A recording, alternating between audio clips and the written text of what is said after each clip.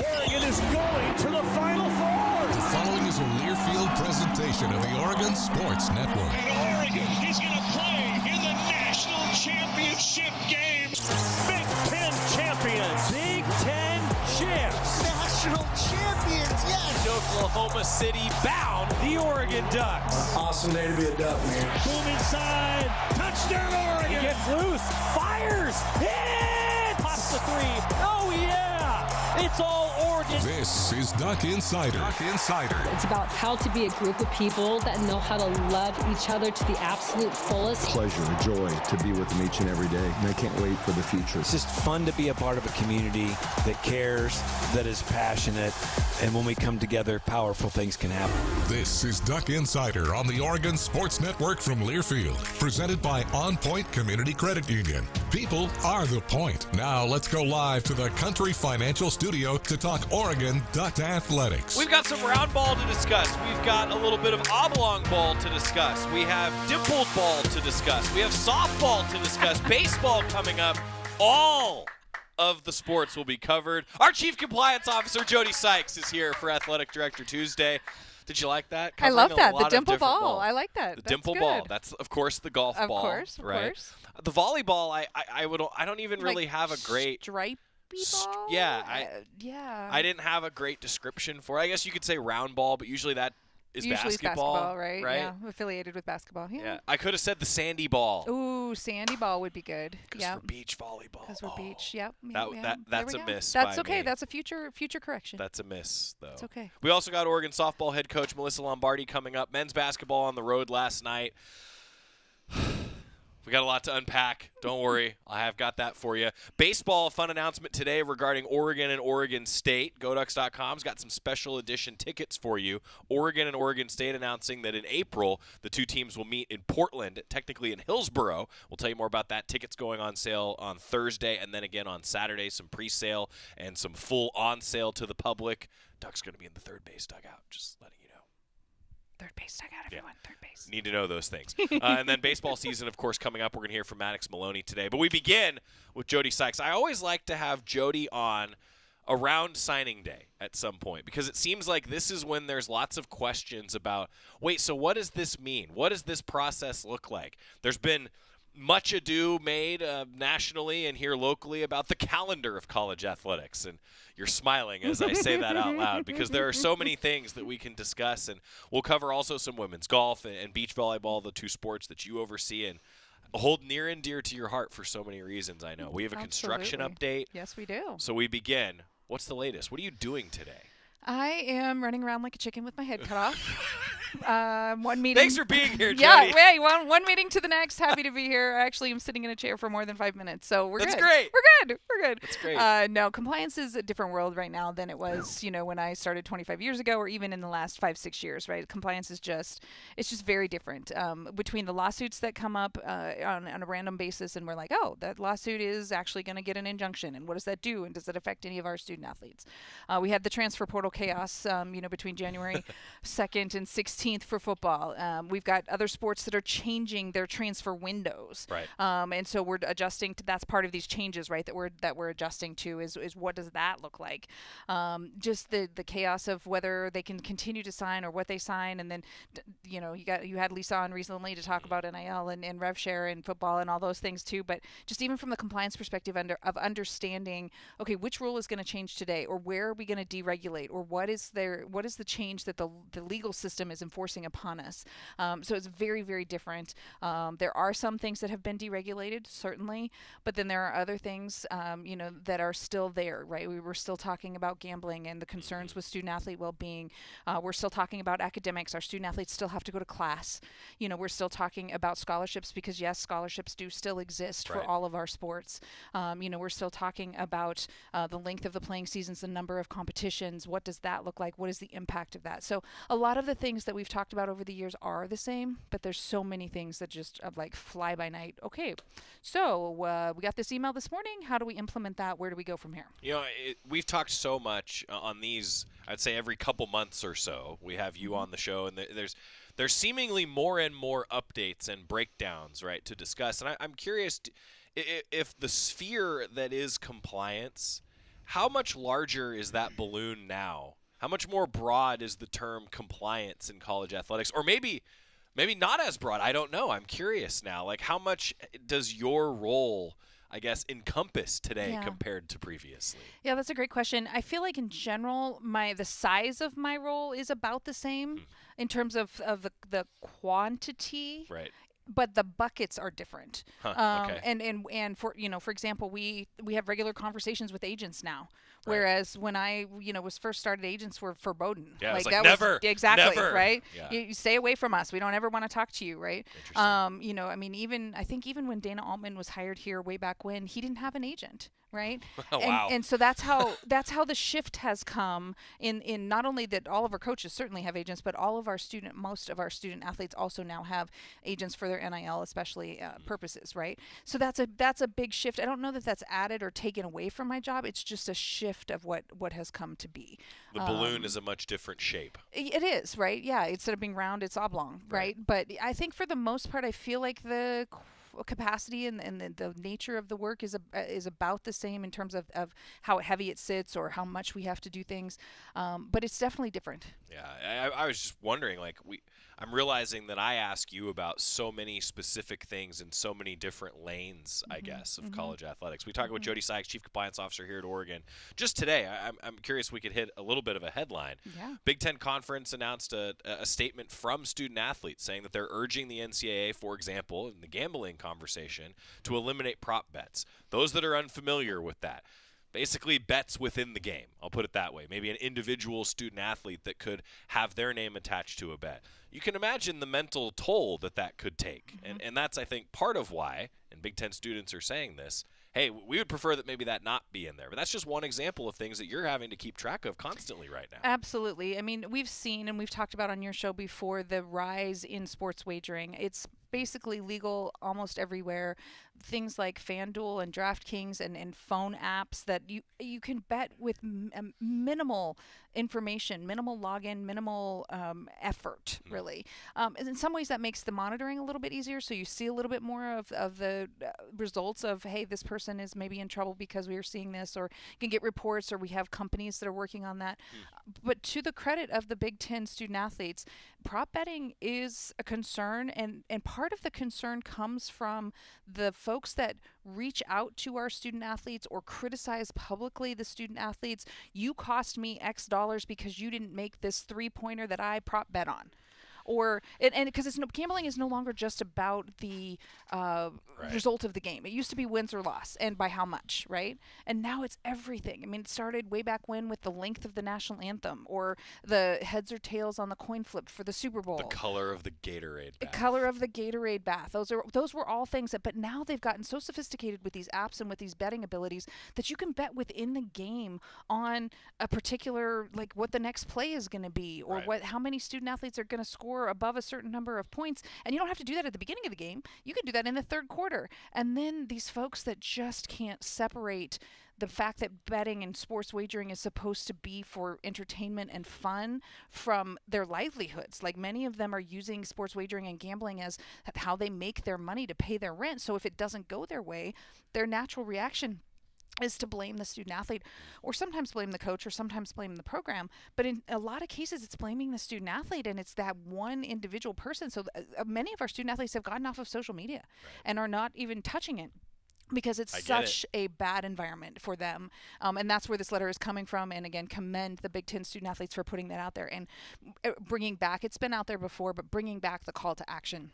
Yeah, it seems like I'm glad that you brought up, like, there are sort of these touch points on the gambling subject of your role. Like, how do you take the input, right, from student athletes, but then also it's deregulating has kind of been the trend of college athletics. And I don't know, where do we go from here, I suppose, Jody, is kind of my question, I guess. That's a great question. I think one of the last couple times I was on, we were actually talking about the potential for deregulation within the sports wagering realm, and now we're back into the opposite direction, where that legislation didn't go through. There was enough pushback to where we were going to allow student athletes and coaches to bet on professional sports, and that went away. The student athletes and coaches still cannot bet, and now we're looking at pushes in the other direction of adding more legislation and adding more regulation and adding more restriction And a lot of that comes from the safety and the mental well-being of our student athletes and coaches, because of the pressure that's put on them, or the harm that could come to them, or the criticism that comes their way as a result of these sports wagering things. I don't know what's next, to be fair. Me neither. I don't know what that looks like. I don't know how we fix it. But there has to be some regulation on a federal level. Yeah. Jody Sykes, Chief Compliance Officer, with us. To that point, like you talk about the trends of college athletics, I guess. One thing that has been pretty consistent is that there is a signing day, and there is a national letter of intent that comes in. I'm glad you said that. I have asked Jody this now the last few years. Like, once upon a time, can I actually tell you? So Yes. Jerry told this story last week. Okay. So once upon a time. Here in the Casanova Center, where our studio is located, it used to be that the football offices were actually right there, right outside our door. Now it's soccer and lacrosse and softball, for example. Just the way with the HDC, offices have moved. Well, the fax machine in the Oregon Athletic Department used to be in this area. Right? And so Jerry actually told a story years ago that there was a signing day where the faxes weren't coming in, Jody. And that was concerning, right? Because it's signing day, and you can't announce them. They're not on the team. They're not getting enrolled. There's so many boxes that have to get checked because the fax would come in. Fax machine was plugged into the wrong port. Things got changed over. IT saved the day, as they often do. And so I'm regurgitating this story that Jerry told on the show, last week, I think, Scott. And my point is that although the mechanism has changed, there is still a letter of intent that comes in, and that is still a special day for student athletes. Agreed. It is now called the Scholarship Agreement. There you go. Because the National Letter of Intent program no longer exists, just so you know. But what you think of as the National Letter of Intent is now incorporated into the terms and conditions of that Scholarship Agreement. Right. And that Scholarship Agreement still has to come back and be approved with the right signatures and the right timing and the right everything before the public announcement can occur. Yeah. And a lot of times nowadays that comes through in the form of a picture via text message or a scanned document and still via email. But it is very rare that document is actually faxed back these days. But there is still a process, to your point. I'm curious about this now, because when NIL became a popular acronym, and it used to be the National Letter of Intent, NLI. I cannot be the only one that accidentally transposed those at every times. meeting. Every meeting I would be in, every conversation I would have, I'd be like, wait a minute, name, image, like, National Letter of Intent. Which what? Like, I had to, my brain had to process which one I actually wanted to talk about. So people like you must have been part of championing the change of the name and the way it goes, I don't right? really care when it comes to that, because I said it out. I usually had to say it out anyways. Name, image, likeness, National Letter of Intent. Right. So for me, the acronyms are what they are. But for a lot of people, those acronyms needed to go away because there was a lot of confusion. Thank you. Yeah, we're happy to help. From a broadcaster's perspective, that's just very nice. All right, we're going to talk a little bit more about signing day, what goes into that, enrolling students, and just the sheer amount of making sure everything goes well. I'm telling you, that's quality control. There is that. Quality control for Jody and her team. Chief Compliance Officer Jody Sykes with us. Timeout. We're going to come back, talk a little golf, a little beach volleyball, construction updates. If you haven't been around campus lately, there's a lot going on around where Hamilton Hall was. Woo-hoo. Keep it here on the Oregon Sports Network from Learfield. Dear Winter, Toyota's got 25 vehicles with available all-wheel drive and four-wheel drive, and that's more than any other auto brand. So you bring the action, and we'll bring the traction. Toyota, let's go places. Based on manufacturer's websites as of 10/20/25. As a local community credit union founded by teachers, OnPoint is committed to supporting the students and faculty at the University of Oregon. And on game day, we're right there with you, on the field, in the bleachers, and in the classrooms. Drop by one of your local branches today and discover the many ways OnPoint can help support your financial well-being. OnPoint Community Credit Union. People are the point. Federally insured by NCUA. Equal housing opportunity. Dear Winter, Toyota's got 25 vehicles with available all-wheel drive and four-wheel drive, and that's more than any other auto brand. So you bring the action, and we'll bring the traction. Toyota, let's go places. Based on manufacturer's websites as of 10/20/25. Duck Insider, your home for the latest news on Oregon athletics on the Oregon Sports Network from Learfield. When your car is making a strange noise, no matter what it is, you can't just pretend it's not happening. That's an interesting sound. It's like your mental health. If you're struggling and feeling overwhelmed, it's important to do something about it. It can be as simple as talking to someone or just taking a deep, calming breath to ground yourself. Because once you start to address the problem, you can go so much further. The Huntsman Mental Health Institute and the Ad Council have resources available for you at loveyourmindtoday.org. There's danger out there. It lurks on highways and quiet neighborhood streets. It's more likely to kill you than a shark and more terrifying than the biggest snake. Distracted driving claims lives every day. Every notification, swipe, social post, video, or selfie while driving risks your life. So while you might think public speaking or the zombie apocalypse is scary, what's really terrifying and even deadly is distracted driving. Eyes forward. Don't drive distracted. Brought to you by NHTSA and the Ad Council. I left my heart in Oregon. Oh, I left my heart in Oregon. Yeah, I left my heart in Oregon. Chief Compliance Officer Jody Sykes here. It is Athletic Director Tuesday. It's Duck Insider presented by OnPoint Community Credit Union. Every time we have Jody on, we get to cover some of the true nitty-gritty, and I mean this. It's what makes businesses go. And college athletics is the same way, right? Like making sure everything is in line. And certainly in an era of constant change and deregulation, I say, though, the thing that does stay consistent is you still have to have quality control. I meant that going to a break. Yeah, no, right? That's very true. We still have, the rules of operation and the bylaws and the guidelines that we're living by, right?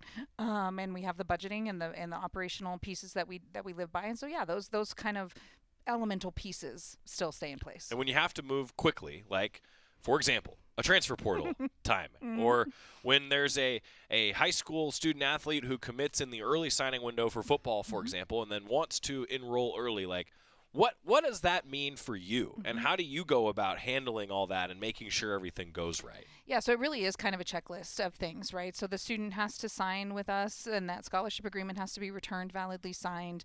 The student has to apply for admission and have all of the transcripts and everything sent to the admission office and make sure that they're admissible to the university. The student has to go still through the eligibility center process for both academics and amateurism. So the academic side is basically to say, did they take enough college prep type courses to where they're going to be successful as a college student? So there's that academic assessment, but then there's the amateurism assessment, which in football is pretty straightforward for the most part. There's no crossing over, but in sports like tennis or track or others where maybe they took a year off and they've competed as an amateur in a professional event, we're seeing that more and more with especially these really successful young 15, 16, 17-year-olds that are maybe getting some sort of opportunity to compete as an amateur in an event. What does that look like? Did they take gap years? Did they take multiple years where they weren't enrolled in school? We're seeing an influx across the nation of a little bit older student that has taken some time off. Maybe it was because of the military, maybe it was because of a church mission, maybe it was because they just needed time to mature, but they never went to school full time, so they never triggered that Division I 5-year clock. So all of those stages, the eligibility center admissions, and then of course signing are all a piece of that. Once all of those are in place, they also have to register for classes, and these things often don't happen in A to Z. Right. It might be A to F to Q and back to B and then around again. So it doesn't always flow in the way that you want it to. But eventually, they get registered for classes. They start going to classes. They're here. They're getting their gear and they're getting their medical clearance, and then they start their workouts, and then they feel more like that regular student athlete day in the life kind of thing.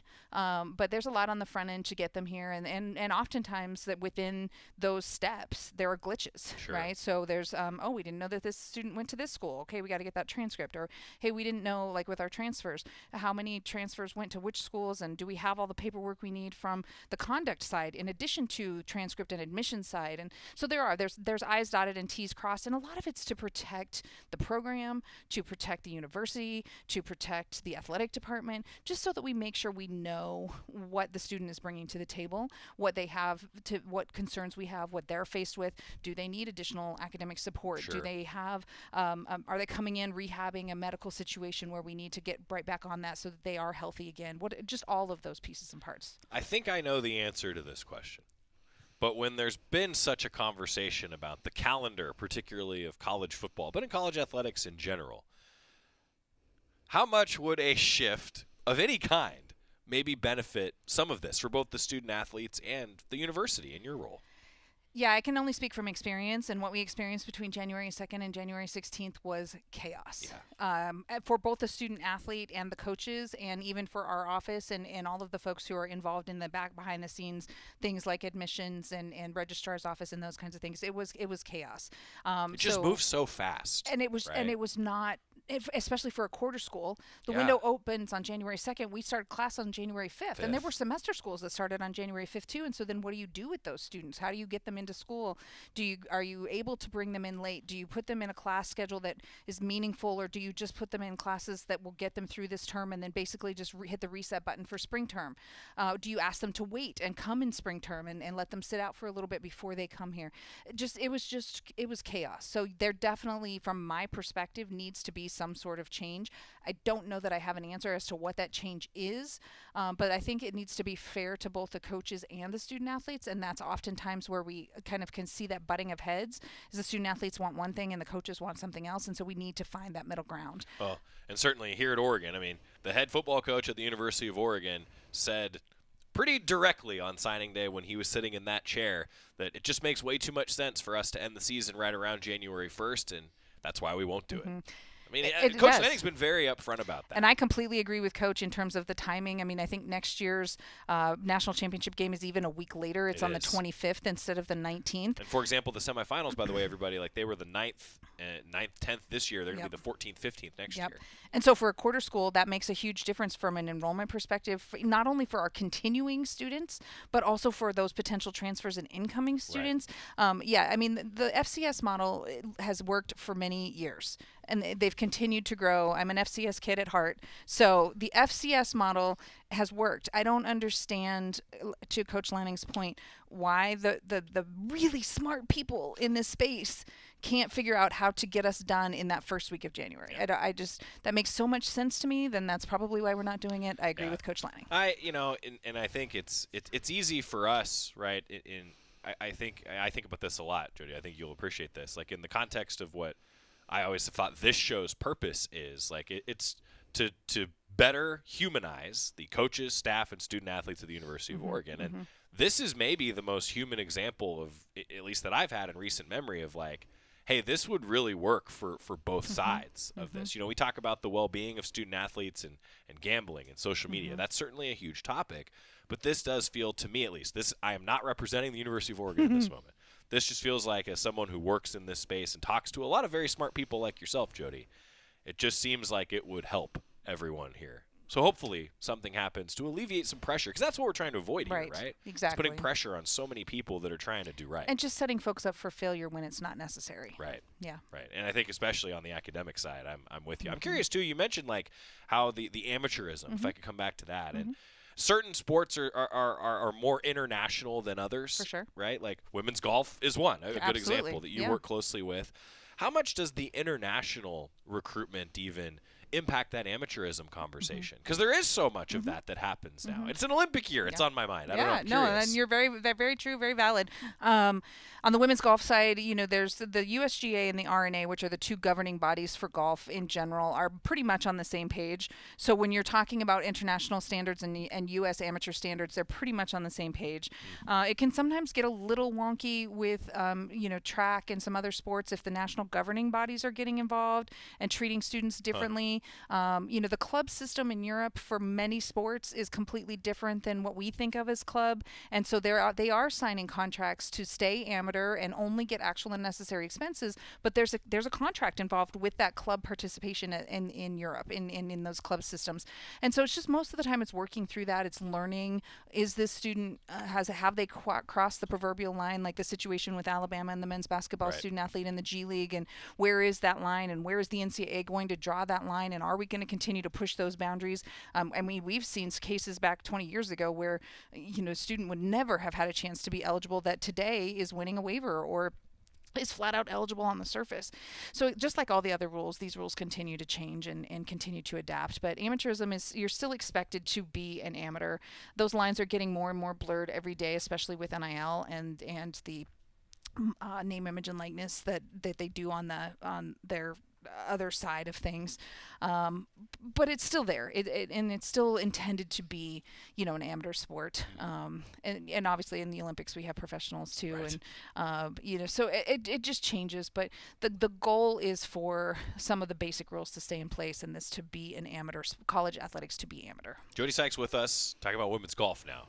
Give us some updates. How are things going? Yeah, women's golf is off to a good start. Had their first tournament at Palos Verdes this past week. Third round was by far the best round. I actually was lucky enough to be down there. The weather was fantastic. Great golf course. Really wonderful hosts. The membership there is super grateful to have us, and so they treat us well. But that final round was a significant improvement in the right direction. Not that the first two rounds were bad. We finished fifth. It was a tough field. That's a really tough golf course.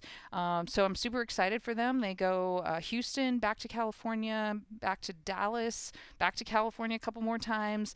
Big Tens this year are in California, so super excited to not have to go too far for that, and bring some of those East Coast folks out here to see some golf in California. So super excited for their season ahead. Got I think 4 women playing in the Women's Asia Pacific Amateur Tournament right now, happening in New Zealand, which is a big deal. This is like the equivalent of the Augusta National, and we have 3, I think, or 4 maybe that are already qualified for the Augusta National.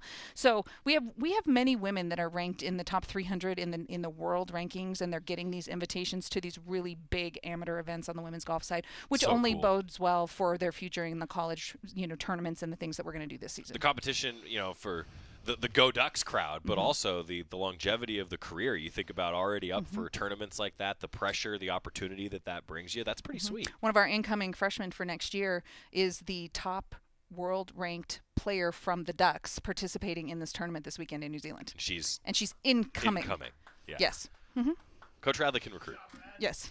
Yes, he's doing fine. Coach Radley can recruit. Also, beach volleyball. The season is ramping up, and the construction, if you have not been around, Hamilton Hall, R.I.P. I did live in Hamilton Hall, right? Most of Hamilton Hall is now down. They're working construction constantly if you're around that part of campus. And then remember, part of that construction project is the new beach volleyball facility. So excited. So excited. Yeah, we will have 3 courts on that 13th Street side. I was actually able to go walk the construction site about a week and a half ago and kind of see. Hard hat and all? Hard hat and all. Hard hat, vest, glasses, the whole deal. It was great. And I got to see some lines of where those courts are going to be and what that's going to look like. And we've done a lot of design planning and have had designs for many years because I believe I think everyone knows, this construction and deconstruction was supposed to happen a while back. Yeah. But then there was problems with the Kalapuli Ilahi dorm, and so they had to keep Hamilton open longer than expected. Construction is finally happening. Everything's coming down, and they're going to flatten it all out, and then you're going to start to see a rebuild of the grass space as well as the 3 courts. Super excited for this team to have 3 courts on campus. Very grateful to Bushnell and to Grace Community Fellowship for letting us use their courts the last 2 years, but super excited for this community, super excited for this campus to have these courts. They will be used, of course, primarily by the beach volleyball team, but then also by Campus Rec and as a campus as a whole. So super excited for that. Awesome. We're thrilled to finally be moving forward with this project that I think we're going on 7 years now that we've been working on this. There's always construction on every college campus. I feel like you walk through any campus around anywhere, there's going to be some fences up. Absolutely. Right? Whether it's a dorm or a building or even just a refurbishment, right? And in this case, it is a big down and then kind of back up again. But I say that in the context at the U of O, like there has been construction, I can think of projects every year since I've been around here, but it does seem like this is one that, because it's taken a while, there's not a whole lot of other ones on the docket here, which is going to be pretty cool to walk through campus and see it. Yeah, I'm super excited. I had some footage the other day of one of the walls coming down from one of the dorms, and I was like, oh, this is really cool. Yes. So, yeah, super excited for this, and just super excited that hopefully I think by early fall you're going to see the final grass, the final sand, the final walls, all of it, and super grateful for the university's support of this project and for community support of this project because, these aren't cheap. So They aren't. Meanwhile, we are 10 days away from the start of this iteration of the beach volleyball season. Going to be here soon. Absolutely. Coach Cold and Coach Woodley and Coach Blue are all headed to New Orleans with the team. This is a tournament that we played in a few years ago, so super excited to be back at Tulane with them and for them. Great time of year to be down in the New Orleans area. Great tournament for them to kick off the season. So great schedule ahead for them too. Trips to Tucson, LA a couple of times, Hawaii actually. And good scheduling. Yeah, I had nothing to do with it. So hey, but I'll take credit. I will absolutely take credit for that. Anywhere there's a beach, we'll go. That's right. And then MPSF, which is Mountain Pacific Sports Federation, that's the conference that beach volleyball is in because the Big Ten doesn't sponsor. We'll be back in Huntington Beach in late April. So excited for that for them. Excited for what this new coaching staff is doing with the team. The team seems really excited. I think we're going to see I don't want to jinx it, but a significant uptake in what folks have experienced from our beach volleyball team previously. So I'm really excited. What else is on your mind? What did we miss today? I think the big thing is just for everybody to enjoy the day because there is so much going on. That's true. Getting back at 4:30 in the morning, running around like a chicken with their head cut off, the sports in full swing, the crossover between winter and spring sports. Just everybody take a breath and enjoy your day and go Ducks. I am going to take your advice. I love that. Coming up, we got Coach Lombardi. Jody, thank you for being here. Always happy to be here. Thanks for having me. Jody Sykes, Chief Compliance Officer. Timeout, coming back. Coach Lombardi breaking down opening weekend for Ducks softball here on the Oregon Sports Network from Learfield. As a local community credit union founded by teachers, OnPoint is committed to supporting the students and faculty at the University of Oregon. And on game day, we're right there with you, on the field, in the bleachers, and in the classrooms. Drop by one of your local branches today and discover the many ways OnPoint can help support your financial well-being. OnPoint Community Credit Union. People are the point. Federally insured by NCUA. Equal housing opportunity. When life blindsides you with an injury, you need a team that's tough. For over 30 years, Morgan & Morgan has been fighting for the people. This season, we're proud to partner with Oregon Athletics. Because whether it's on the field or in the courtroom, we're both determined to do what it takes to win. Morgan & Morgan, proud partner of Oregon Athletics. Injured? Dial pound law. Morgan & Morgan, 10150 Southwest 6th Avenue, Portland. Prior results do not guarantee a similar outcome.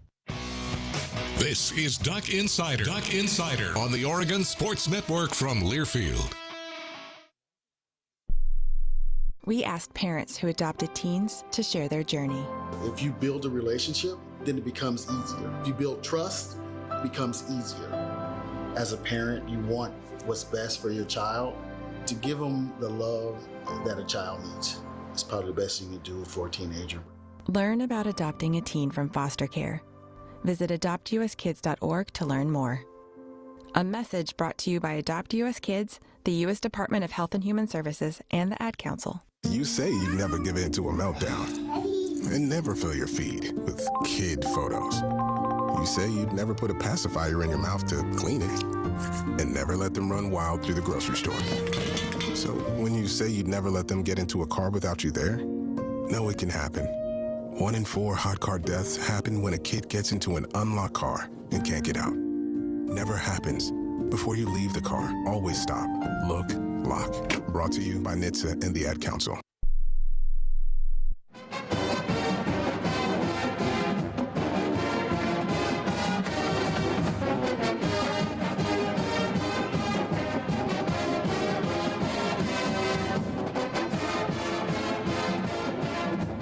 Back inside the Country Financial Studio, it's Duck Insider presented by OnPoint Community Credit Union. Missy Lombardi is here. Opening weekend. All right, Coach, let me just start with this. You had to sit next to a Seahawks fan on your flight home? I did. It was just miserable flight home. Okay, behind the broadcast, Greg Walker, longtime sports information director here at Oregon.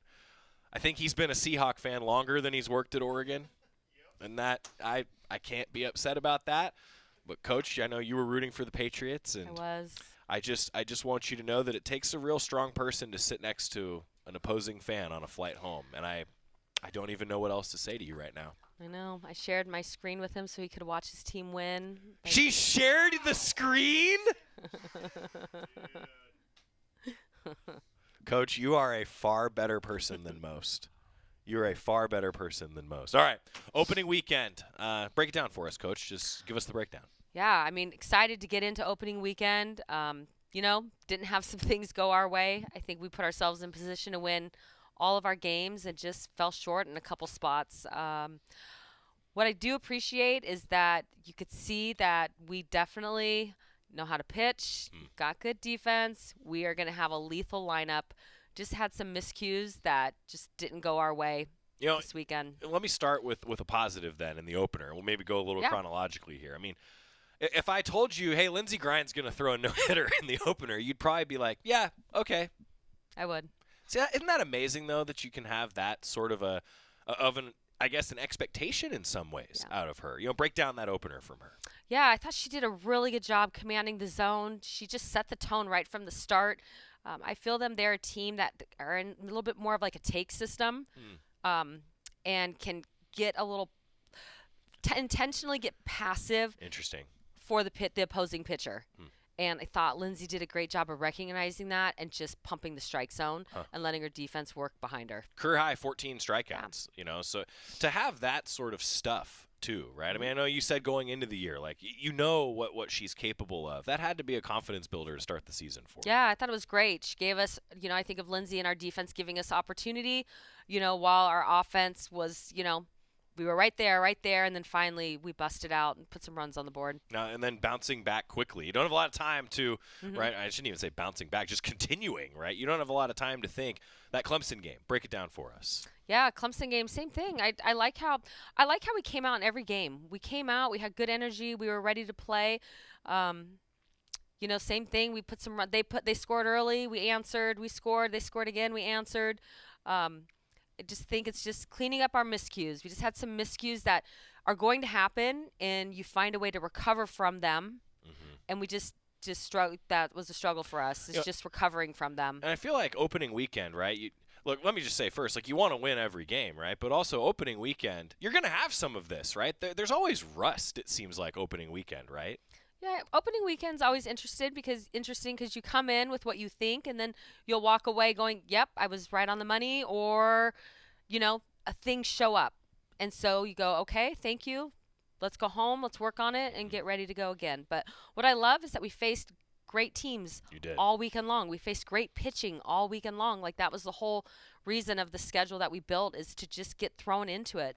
Yeah, I mean, you talk about 4 of the 5 opponents were in the NCAA tournament, 3 of them top 25. And to pick out some of those individual performances, Coach, maybe let's go to the offense. I mean, against Liberty, right? You win 10-2. Yep. Stephanie Maake does what Stephanie Maake does, hits a grand slam. Like, the offense came alive for you a little bit against Liberty. They did. You could see us starting to come together and understanding how we want to run our offense.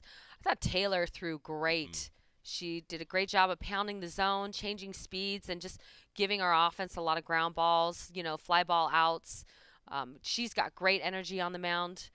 But you could see us start to come together a little bit in that game for sure. I guess I should put it this way. What can Taylor bring to you moving forward? Because it seems like this was a good opening weekend for Taylor Spencer. Yeah, like what we got to see from Taylor this weekend is what I've seen since she's returned to campus. Cool. Which is great. So that consistency piece of commanding the ball, changing speeds. She's worked really hard on her repertoire, and you could see that, like the inches of break she's getting down, what she's getting up, the whiff rate she's getting on her off speed.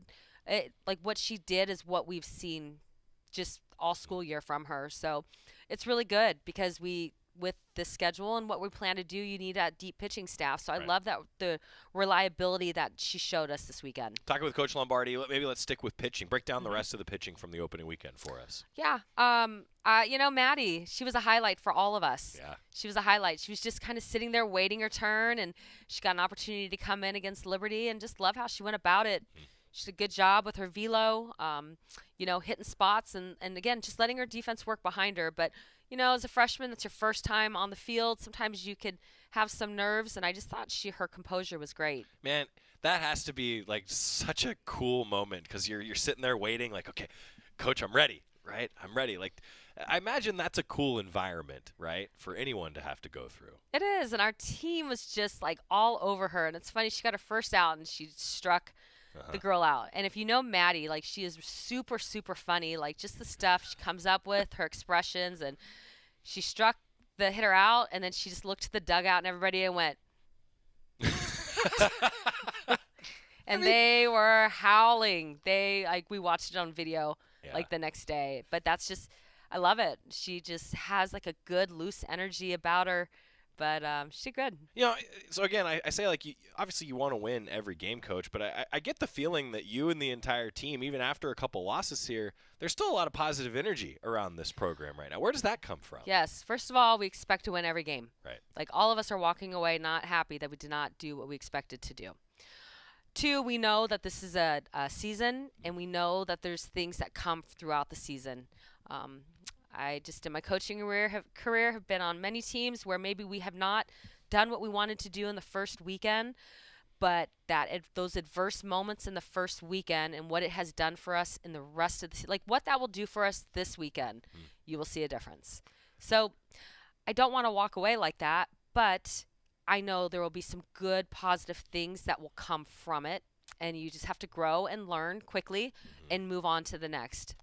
I get the feeling then the personality of the team comes from the head coach, right? Like, if they're still celebrating moments like that with Maddie, right? Like, you have to have that sort of loose energy, don't you? You do. It's a long season. You can't get too high, get too low, but we do understand what is required of us to win ball games, and we fell short in some areas. Right. So we come home, we fix it, and then now we go back out to Stanford, and we go after it again. We'll break down a couple of those in a moment. I do want to ask you about Kaylin Jones. Was on the all-tournament team, hit over 400. Got to be a nice start to the season for K-Dub. Definitely. Kind of just a continuation of her postseason from last year. So no kidding. Just, as a freshman and all the innings and at-bats that she got last year, and just thrown into the fire as a freshman, and then just see her as a young, seasoned sophomore with so much experience is great. A seasoned sophomore is a great phrase. I will be stealing that from you. Thank you. Talking with Coach Lombardi. How about some of your new faces too, Coach? All 3 of your big-time transfers had 3 or more hits in the tournament. Break down the transfer class. Yeah, I thought they all did a really nice job. I still think of Amari's ball that she hit that somehow, sat on the wall and then came back in. It's just you don't really see that. You don't see that very often. Usually if it hits the wall, it goes out. It's just kind of interesting. That's another thing too. I could talk about some of our miscues that we had that we just, didn't get what we want on that. But there's some balls that we hit really deep right at the fence, or we hit off the fence, or hit, smoked at somebody. So game of inches. We had some things that could have, they go our way. Things look a little different too. But I love Elon, how quiet she is at the plate. She's just very calculated, knows what she wants, puts a big swing. Amari, Addie as well. You could just see, each at bat, they continue to get more and more comfortable. I loved what Addie did at the end of the weekend at the plate as well. You talk, too, about, why you schedule good opponents like this. A number 4 team in the country, for example. There's no other way to simulate that pressure. You can try at practice, but this is the only way to have that experience that benefits you maybe in postseason.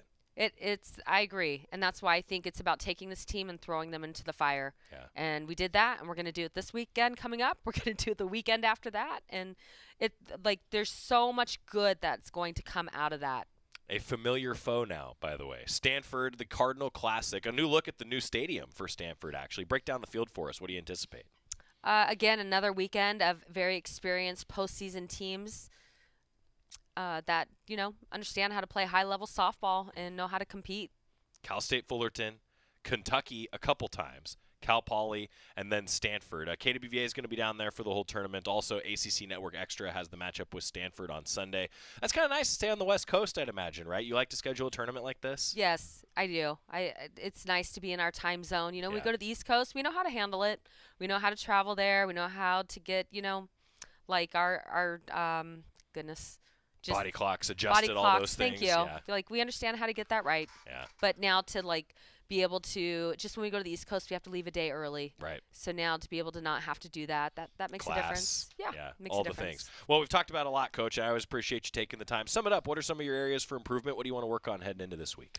I think really just main areas for them to continue to communicate with each other on defense. I think, when you look at that, that's our biggest thing. I think our pitchers continuing to pound the zone. One thing we didn't talk about, I loved what Emma did behind the plate. The amount of on base runners that she picked off and outs. Yeah, she picked off 4 base runners. Wow. And when I think about that, you're in a tough spot, and for your catcher to create outs to get you off the field, I don't think you always see that a whole lot. That's true. You really don't. What an X factor. It's a big X factor for us. So her staying with what she's doing, our pitchers continuing to pound the zone, and then just this lethal offense that we have, passing the bat. And I think you're going to see that this weekend. You saw it against Liberty, right? Now it's just how do you find the consistency to do it? And that's what's hard in your sport, right? I mean, seems like whenever someone's hitting the cover off the ball, then someone else doesn't, right? I mean, that's why you have a deep lineup in the first place. For sure. And I just think everything you do in our sport, it's contagious. Yeah. One way or the other. So to get contagious and just that fire at the plate and just putting their barrels to the ball and hitting it hard. Just hit the ball hard, and then things will work itself out. Ducks are headed to California. Cal State Fullerton, the opponent, Friday, 10 a.m. It begins in Stanford, California. Coach, thanks for taking the time. That's Coach Lombardi. Great time to catch up with her after opening weekend. She said it like, you want to win every game, right? You want to win every game. We know that. However, seems like the team still has confidence. They know that they're a good team. Time to show it now on the road against Stanford after working on a few things, getting a little more consistent defensively throughout the lineup here this weekend. I think particularly defensively. If you remove a few of those errors where the Ducks had to get 4 outs in some innings, results were going to be different, would have been different this weekend. Coming back, we've got some updates from Oregon lacrosse, also Oregon baseball taking on Oregon State in April. We'll tell you more about it next on the Oregon Sports Network from Learfield. At Shadow Hills Country Club, we're more than just an award-winning golf course and practice facility. Our events team offers all-inclusive event pricing that allows us to take care of all the details while you enjoy your event. Our indoor and outdoor venues offer you a wide variety of fully staffed options that put the focus on you. From weddings to business and social events, at Shadow Hills Country Club Events Center, you get the benefits of a resort atmosphere and amenities in a peaceful country setting, just minutes from downtown Eugene. Call for a tour today or visit shadowhillsevents.com. Hey Duck fans, at Country Financial, they make insurance easy. Whether you're shopping for home, auto, or more, their representatives will take the time to understand your specific needs and explain what options work best for you. Worry less and feel more confident knowing you're covered. Visit countryfinancial.com to get started today. Experience more with Country Financial. Auto and home insurance policies issued by Country Mutual Insurance Company, Country Preferred Insurance Company, and Country Casualty Insurance Company, Bloomington, Illinois. This is Duck Insider, presented by OnPoint Community Credit Union on the Oregon Sports Network from Learfield. Let's take a moment to breathe. Deep inhale. Extend your spine. Remain focused on what you're doing. If safe to do so, exhale slowly, leaning to one side. Inhale back to center. If safe to do so, exhale slowly to the opposite side. Find mental health resources at loveyourmindtoday.org. This message is brought to you by the Huntsman Mental Health Institute and the Ad Council. Put your phone on D&D. That means that do not disturb when you're driving. And when you're going from point A to B, I need you to stay safe, please, so always sing with me. So put your phone on D&D. That means that do not disturb when you're driving. And when you're going from point A to B, I need you to stay safe, please, so always remember this beat. Don't drive distracted. A message brought to you by the National Highway Traffic Safety Administration, Project Yellow Light, and the Ad Council.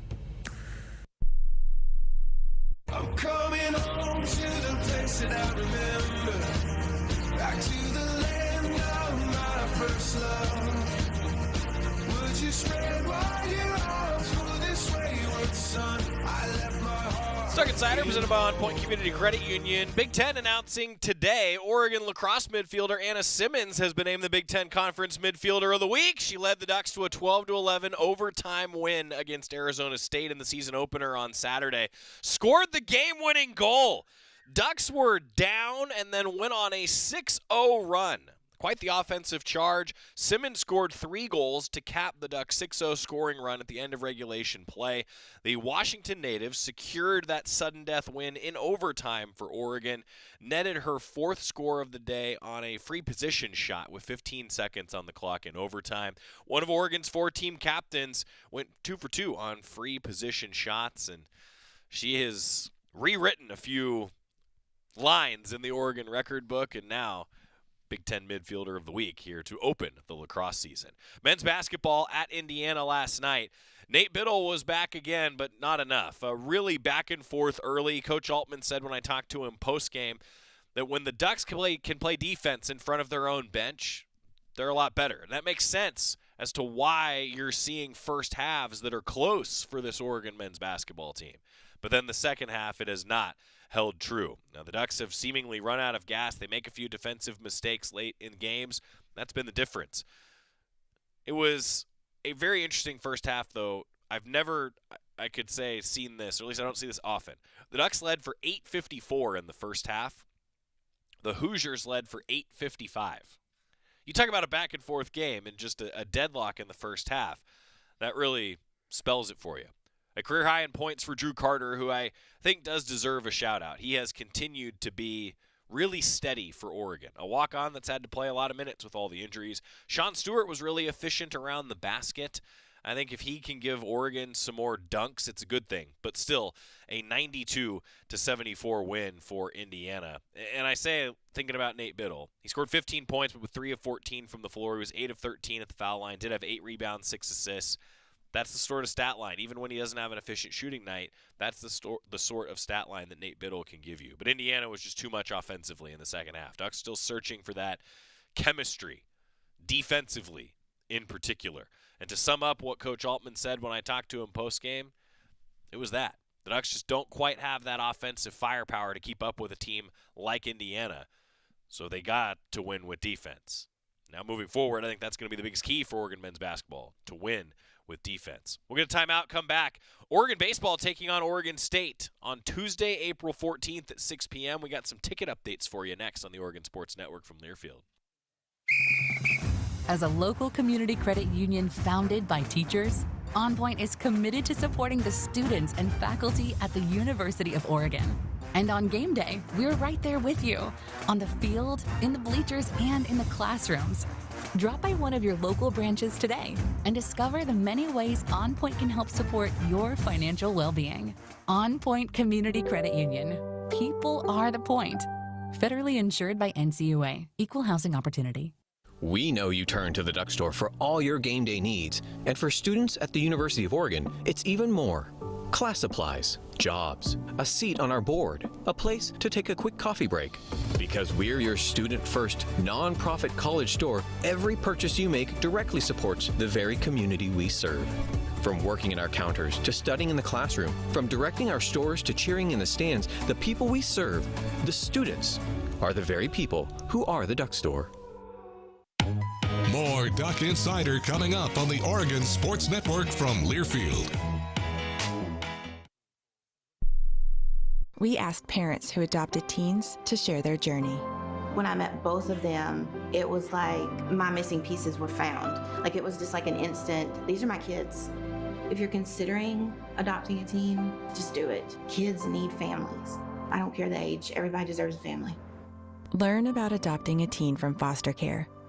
Visit adoptuskids.org to learn more. A message brought to you by Adopt US Kids, the U.S. Department of Health and Human Services, and the Ad Council. My name is Teresa Barber. I was in the United States Navy, and I served overseas in the Middle East and Africa. Early on in my career, I had a commander that taught our suicide prevention training, and the very next day, he took his own life. 90% of suicide attempts involving a gun are fatal. My way of continuing my service is to help protect my community by being a responsible gun owner and by storing firearms safely. Store all your guns securely. Help stop suicide. Brought to you by End Family Fire and the Ad Council. You know you make me wanna kick my heels up and throw my hands up and throw my head back and come on now. So good to see you. Duck Insider presented by OnPoint Community Credit Union. Joey Mack in the Country Financial Studio. Oregon baseball Season starts on Friday. George Mason, the opponent. 3 o'clock first pitch means 2:45 pregame show. Myself, Ryan Milano, will have the broadcast for you coming up. I said that we were going to hear a little bit from Maddox Maloney. We continue to preview the start of Oregon baseball season. We will do that. But first, I got to tell you, because the Ducks and the Beavers will renew one of the nation's oldest college baseball rivalries on Tuesday, April 14th. It'll be a 6 p.m. first pitch in what we're calling the inaugural Northwest Elite Baseball Classic.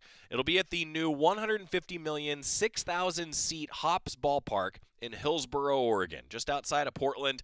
Rivalry renewed in the Portland area. The game will bring some elite college baseball to the Portland metro area in what I would say is a world-class setting with the new ballpark. It's really awesome for a high-A affiliate like the Hops are. Game will be the first meeting in the Portland area between the two teams since they set the all-time Pac-10 Conference baseball attendance record with a crowd of 15,540 fans at what is now Providence Park. In total, that two-game series drew nearly 30,000 fans. The matchup was March 28th and 29th, 2009.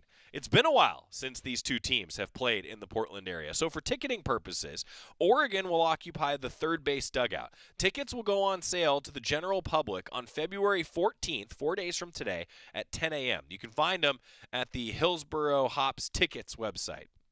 I encourage you just search for the Hillsboro Hops Tickets website and you'll find it. A pre-sale will also be held for season ticket holders. Yeah, and donors on February 12th. Benefit to being a season ticket holder. You get a chance to buy these tickets first.